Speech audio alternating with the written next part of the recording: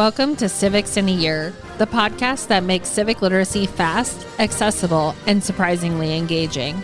In just 10 minutes an episode, we'll tackle one of 250 essential questions about American democracy, how it works, why it matters, and what it means for you.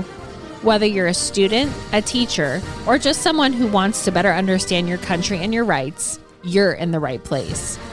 Civics in a Year is powered by the Civic Literacy Curriculum from the Center for American Civics and is produced in partnership with the School of Civic and Economic Thought and Leadership at Arizona State University. Welcome back to the Civics in a Year podcast. Today we're talking about the 10th Amendment. And if you haven't listened to the 9th Amendment podcast, this is the one right before this, highly suggested. Dr. Bienberg is back. Dr. Bienberg, how does the 10th Amendment reserve power to the states? Yeah, so the 10th Amendment, and we've talked a little bit because it's in some sense core to federalism. So I would also, in addition to the 9th Amendment one you called out, there was an earlier podcast talking about federalism in general and what it's supposed to do in protecting states, as well as a particular one on Federalist 39. So I would just also direct your attention both to those. But I want to focus on some different parts for this section. So the 10th Amendment was by far the most requested provision by the ratifying conventions.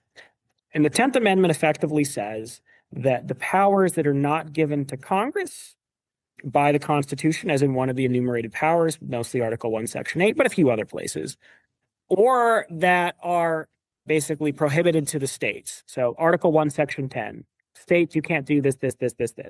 But effectively, unless Congress has been given a power or a state has been told they can't do this, they still basically get to regulate this and deal with this themselves. And so the defenders of the Constitution were saying, look, this is already a fundamentally limited federal government. Skeptics of the Constitution calm down and sign it.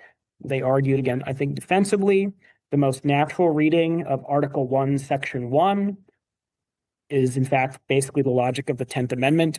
All legislative powers herein granted, right, go to Congress. It doesn't say all legislative powers, it's only those that are granted here. So that's seemingly kind of the logic of the 10th Amendment. Similarly, the necessary and proper clause, we talked about that as well in an earlier session, right? The discussion of that very clearly indicates that it's only going to let Congress do the implementation work of an enumerated power. It's promised repeatedly in Federalist 39 and Federalist 45. So the critics of the Constitution say, you're by your own recognition, you're saying this is basically already in here. And we want to believe that. So it's not costing you anything to spot us that. And originally, the skeptics of the Constitution, they don't want to do the defenders of the Constitution don't want to do a Bill of Rights. But they realized pretty quickly, this especially is an easy give. We keep telling them this is basically already in the Constitution. It's the most natural reading. It's already implicit in it. So fine. And so again, this is one, in fact, some of the ratifying conventions, this is basically the only thing they ask for. They talk about them wanting a Bill of Rights, but really this more than speech or jury is what they want. A 10th Amendment is the most. Something like the 9th Amendment is the next most, and then trial by jury and various individual rights. So it's dealing with a very specific request, which comes out of the basic pitch that the defenders of the Constitution are making. So what does that mean in practice?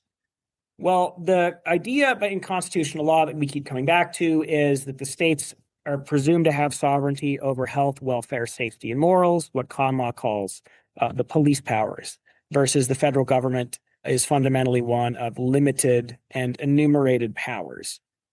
And so the state constitutions, again, they don't have anything like this. They have the opposite sort of assumption here.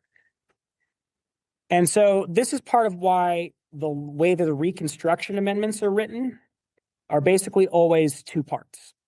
There's a restriction on the states in like part 1 or 2, and then a Congress shall have power to enforce this by appropriate legislation. And so what that's doing is reflecting, again, the logic of the 10th Amendment, which is if you say, for example, in the 14th Amendment, no state shall deprive anyone of due process or equal protection or the privileges or immunities, right? That is a restriction on the states consistent with the part of the 10th Amendment that says we can put constraints on the states and those restrict the state's power. But then there's the second part, which is Congress shall have the authority to implement that by appropriate legislation. So that is to say, we're creating a new enumerated power for Congress to implement the prohibition on slavery, the guarantee of privileges and immunities and equal protection, the prohibition against racially discriminatory suffrage in, the sort of then obsolete Section 2 of the 14th Amendment, which gets replaced by the 15th Amendment. So those are basically all structured in a way to reflect that. And this is also part of the way that Reconstruction itself operates. There's this narrative that we sometimes have, and we'll talk more about this one, that the Civil War is big government, Republican Party that is the nationalist party against the states' rights Southern party. So the Civil War is a federalism fight. But that doesn't really make sense if you look at the fallout when they're debating Reconstruction, because the Republicans in Congress want to rebuild the South. But this causes a problem. There is no enumerated power to rebuild the South as a general rule. There's no, we can do whatever we want here. And the Reconstruction Republicans spend a lot of time coming up with, they have funny sounding names, but theories that basically will explain how they can regulate the South without expanding federal power in the North or the West, because they remain very committed to this idea of the 10th Amendment. And I won't go into all the details on that, but basically, they increasingly come to say the Southern states, we can treat them as territories now, whether secession was illegal or legal, but they're even somewhat agnostic on that question. But by shooting at us, starting a war, fighting with us, asking other countries to basically recognize them as a sovereign power, they no longer have the protection of the 10th Amendment. They are territories.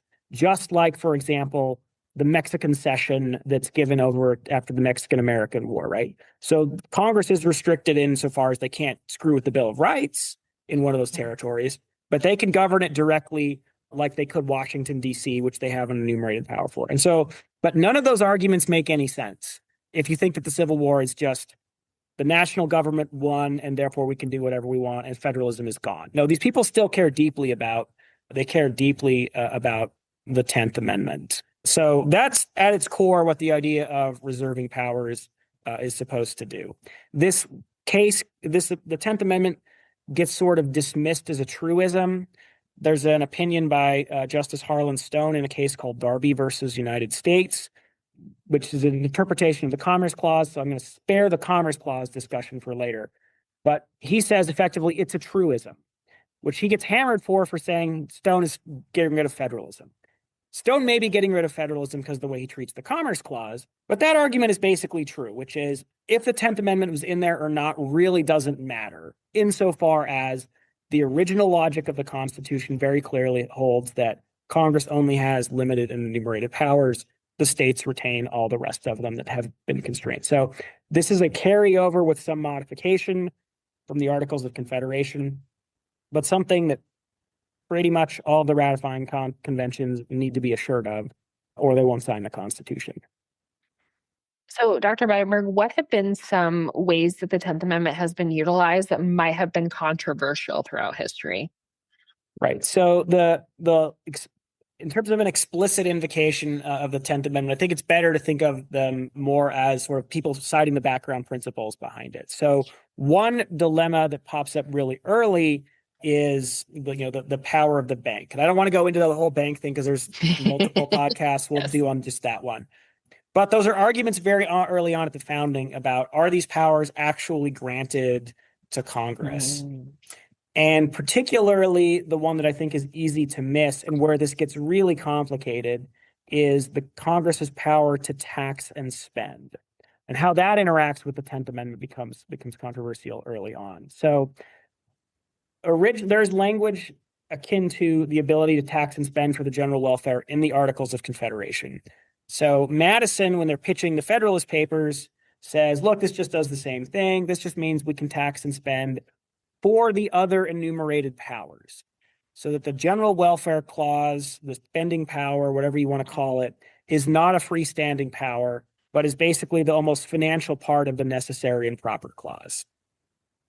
After the Constitution is ratified, particularly Hamilton argues, no, this is a freestanding power. It's its own enumerated power. Congress can tax and spend effectively for whatever it wants. There have been some Hamilton scholars that have said it's a little more nuanced than that. But ultimately, this is a debate about, is taxing and spending an enumerated power, or is it effectively an implementation, which really implicates all these 10th Amendment questions, because if the federal government can tax and spend, and we'll talk about this, I know, in the next session, that the federal government can tax and spend for whatever it wants, that massively expands the scope of federal authority, because it can create incentives, or it can sort of induce regulation or create incentives that nudge things along. So that becomes one of the really early fights about the 10th Amendment, effectively, is the taxing and spending power a corollary of the other enumerated powers, or is it its own freestanding power? And because they have to answer this 10th Amendment question. So there's lots of other circumstances where the 10th Amendment has been controversial, and I know this one's running long, so we'll hold and pick up some of those in another one. Yes, so stay tuned for part 2. We're going to get a little bit more into the implementation of the 10th Amendment. Dr. Weinberg, thank you. Thanks for joining us on another episode of Civics in a Year. If you enjoyed this episode, be sure to subscribe and share it with someone who cares about a constitutional republic as much as you do. For more episodes, resources, and updates, follow us on social media or visit us at civics.asu.edu. Make sure to check out the show notes for any relevant links. Special thanks to the United States Marine Band for their performance of the Stars and Stripes Forever. Let's keep building a stronger constitutional republic, one episode at a time.